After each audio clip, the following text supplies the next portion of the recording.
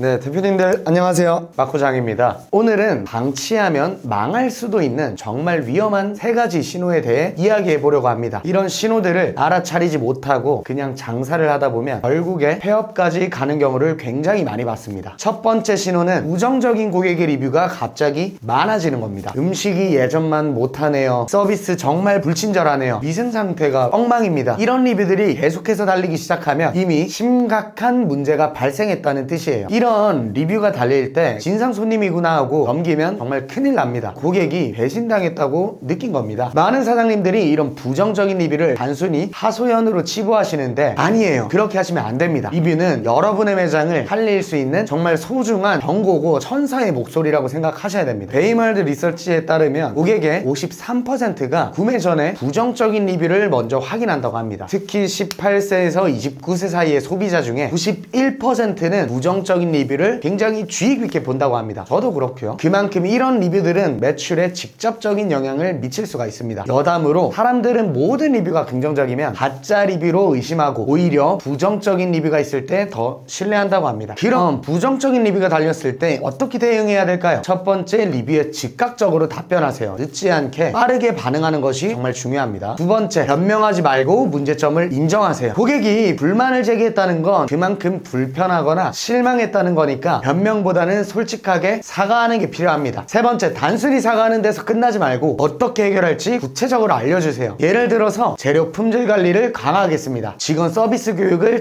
재정비하겠습니다. 같은 구체적인 조치를 계획해서 제시하세요. 그러면 고객들은 이 가게는 문제를 해결하려고 노력하는구나 라고 생각하게 됩니다. 마지막으로 리뷰를 남긴 고객에게 반드시 추가 혜택을 주는 것도 좋은 방법입니다. 작은 할인 쿠폰이나 감사의 메시지를 전달하면 그 고객이 다시 찾아오게 할 수 있는 기회가 생깁니다. 긍정적인 리뷰로 이어질 수도 있고요. 제가 배달 장사할 때 부정적인 리뷰가 달리면 반드시 전화를 해서 고객님 죄송합니다. 이번에는 환불 받아주시고 다음번에 한 번만 더 저에게 만회할 기회를 주시면 그 기회에 잡아서 꼭 만회하도록 하겠습니다. 라고 했을 때 알아서 별점 1점짜리 리뷰들이 5개로 바뀌고 컴플레인 고객에서 충성 고객으로 바뀐 경험들이 너무나 많았기 때문에 이 부분은 자신있게 제가 말씀드릴 수가 있을 것 같습니다. 두 번째 신호는 내부 직원들의 사기 저하입니다. 여러분들의 매장에서 일하는 직원들이 웃지 않거나 불만을 자주 표현하기 시작했다면 그건 경고예요. 사실 직원들이 무기력해지면 자연스럽게 서비스 질이 떨어지고 고객들의 만족도도 덩달아 떨어질 수밖에 없습니다. 직원들의 사기는 매장 분위기와 직결되어 있기 때문에 절대 무시하면 안 됩니다. 직원들이 갑자기 왜 무기력해질까요? 이유는 많지만 매장 상황이 어려워지면 사장님의 압박이 커지면서 직원들에게 스트레스가 쌓이는 경우가 많습니다. 그러다 보면 직원들의 사기 저하로 이어지고 서비스도 질이 떨어질 수밖에 없는 거죠. 직원들의 사기를 회복하는 첫 번째 방법은 정기적인 소통입니다. 대화만큼 좋은 게 없죠. 정기적으로 회의를 열어서 직원들이 느끼는 어려움을 들어주고 그 문제를 함께 풀어 나가야만 됩니다. 예를 들어 근무 스케줄이나 업무 분배에서 불만이 있을 수가 있어요. 이런 것들은 공정하게 조정하고 피드백 주고받으면 직원들도 내가 존중받고 있구나 라고 느끼게 됩니다. 그리고 두 번째는